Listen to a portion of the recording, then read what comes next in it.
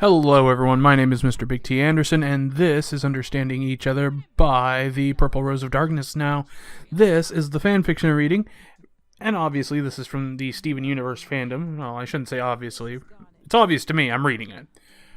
But, also, probably shouldn't have that listening to music to help get me by. This is like on the 29th of November, and for those who know, I like to have these done a touch earlier. It's just I also wrote a novel, and I'm setting up another YouTube channel, and I'm on another medication. Yeah. Don't do all that at one time. Kind of a bad idea, but yeah. And anyway, let's get to the meat of the matter. The reason why we're all here today, to enjoy some good fan fiction, of course. In this one, Steven Universe, Understanding Each Other. For those who are new here, in this case, Purple Rose of Darkness is the author. Links down below are to the author's page as well as the fanfiction page. If you enjoy their work, you can read more of it. If you like this particular story, you can leave a good review. If you like how I did it, of course, you can leave a comment down below. I can't believe I said all that without screwing it up the first time. And let's begin.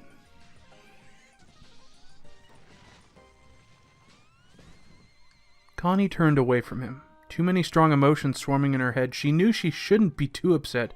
It was Steven after all, but she couldn't help it. What made things worse was that he didn't seem to understand what it was that he did wrong. Steven looked at her, confusion etched across his face. Why was she so angry with him? He did this for her, so she and everyone else he loved would be safe. He put a hand on her shoulder to stop her from getting on top of Lion. "Connie, wait," he said, his voice sounding puzzled and weary at the same time. Suddenly, there was a bright pink glow. Standing where the two children once were was Stevonnie. They looked confused for a moment before biting their lip. "We need to talk," they decided. Stevonnie sat cross-legged on the beach, hands folded in their lap, and they took a deep breath. "Okay, Steven and Connie are just having a small disagreement," they thought. "That's normal. Friends are supposed to fight sometimes, right? Yeah, they'll be fine." "How could you just give up like that?" Stevonnie flinched. That was most definitely Connie's voice. She sounded hurt, angry, and most of all betrayed. Stevonnie took a minute to analyze the girl's internal feelings, the shock and the sadness she had felt when Steven left, and the concern that had nearly killed her while he was gone. Most of all, they could feel the relief warming her body that he was back home. "What do you mean?" asked Steven desperately. "I saved you, all of you. Why are you mad at me?" Stevonnie felt bad. They could tell that Steven didn't know what he did wrong. Though he was good at picking up on when people were upset, he was almost always oblivious to the why. With Connie, it was the exact opposite. She had a hard time with figuring out when people were upset, most likely due to having no friends. But once she knew, she could logically deduce the reason why they were upset.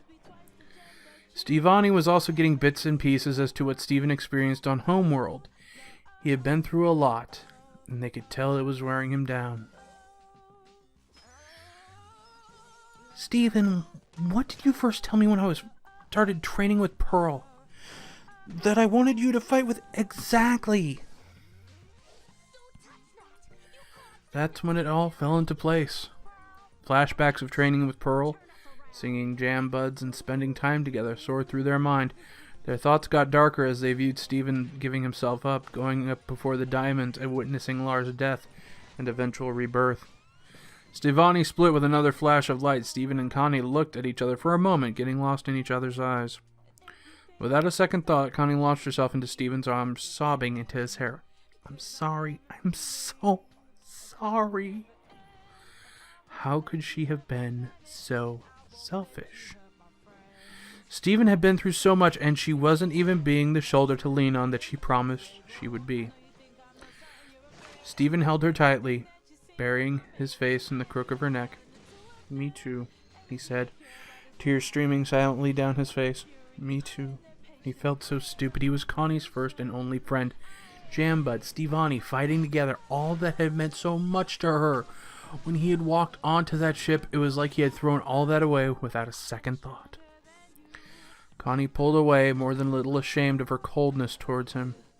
"Tell me everything," she demanded. "Don't leave a single thing out." Stephen wiped his face and beamed brightly. "Lars and I were separated as soon as we got to Homeworld." Meanwhile, inside, Garnet was smiling widely at the sight on the beach. "You seeing this, Rose? It worked. It always works."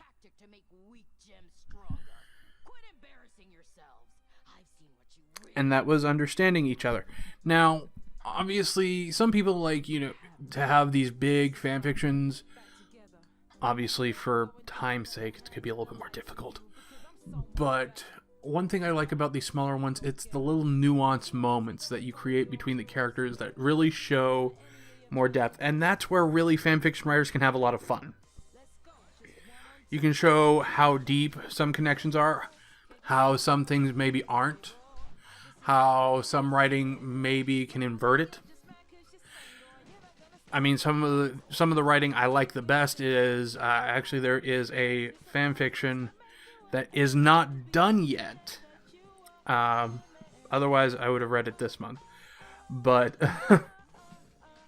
unfortunately, it will be coming up sometime.